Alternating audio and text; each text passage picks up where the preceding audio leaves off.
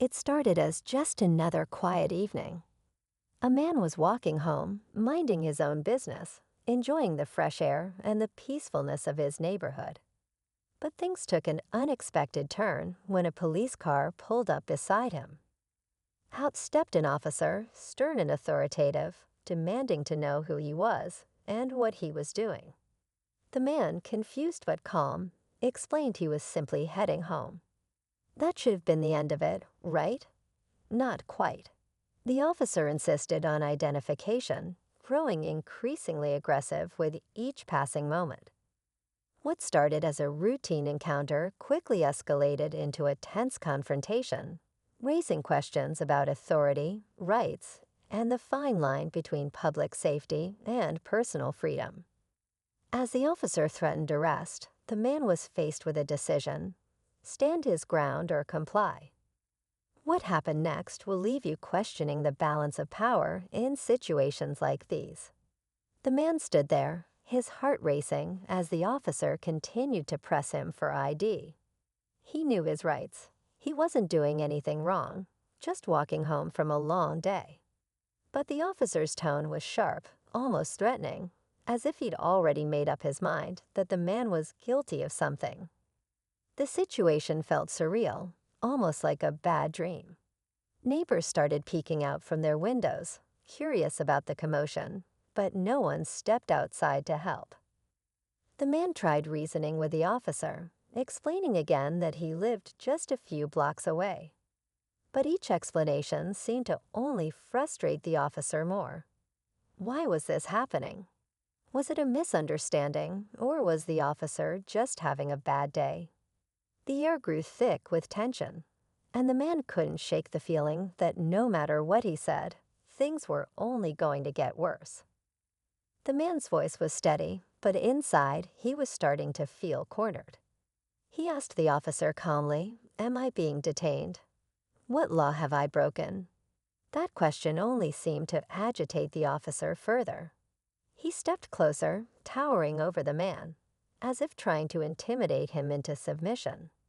The officer claimed he looked suspicious and that people in the area had been reporting unusual activity.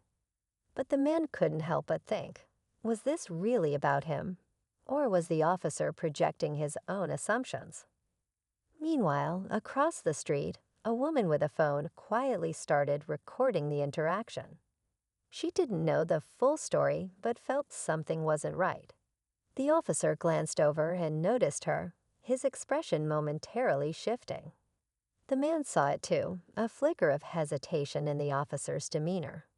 But just as quickly, it was gone, and the tension between them only grew stronger. The officer's patience seemed to wear thin as he raised his voice, telling the man he had one last chance to show ID or face arrest. The man's chest tightened, but he stood his ground.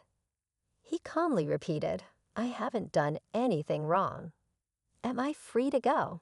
For a moment, it felt like the world had stopped, both men staring at each other, the weight of the situation growing heavier. Across the street, the woman recording shifted nervously, unsure if the officer would turn his attention toward her. A few more neighbors had stepped outside, whispering among themselves but keeping their distance. The tension in the air was almost unbearable. The officer moved his hand toward his belt, not to draw anything, but just enough to make his presence feel more threatening. The man could feel every eye on him now. He glanced at the woman with the phone, silently wondering if her recording would be enough to protect him, or if things were about to spiral out of control. Just as the situation seemed on the verge of boiling over, another police car pulled up, its lights flashing but siren silent. A second officer stepped out, appearing calmer than the first. The man felt a flicker of hope. Maybe this officer would bring reason to the situation. But instead of de-escalating, the second officer approached the first and spoke in a low voice. Whatever they discussed was brief, but it caused the first officer to glance at the man with a new intensity, almost as if he'd just been given a reason to double down. The man's heart sank as the second officer stepped forward, asking pointedly, "Where exactly are you walking from? Do you have proof of address?" Now both officers were fixated on him, and their combined presence made it feel impossible to leave. Meanwhile, the woman recording tried to discreetly signal to the man, mouthing something he couldn't quite make out. The tension grew unbearable, and he realized this was no longer just about his rights. It felt like a test of how far they were willing to push. The man took a deep breath, trying to stay composed as both officers waited for his answer. Just then, the woman recording stepped closer, holding her phone high. "I have everything on video," she said firmly, her voice breaking the tense silence. Both officers turned toward her, and for a moment, the first officer's demeanor faltered. The man saw his chance and said loudly, "I've done nothing wrong. I have the right to walk home." The second officer glanced uneasily between the man and the woman, then suddenly asked, "What's your name again?" When the man repeated it, the second officer's face shifted. He pulled the first officer aside, and they had a heated but quiet exchange. The woman and the man exchanged looks, unsure of what was happening. Finally, the first officer returned, looking visibly annoyed. "You're free to go," he muttered, waving the man off. As the man walked away, adrenaline still pumping, he couldn't shake the feeling that something deeper was going on.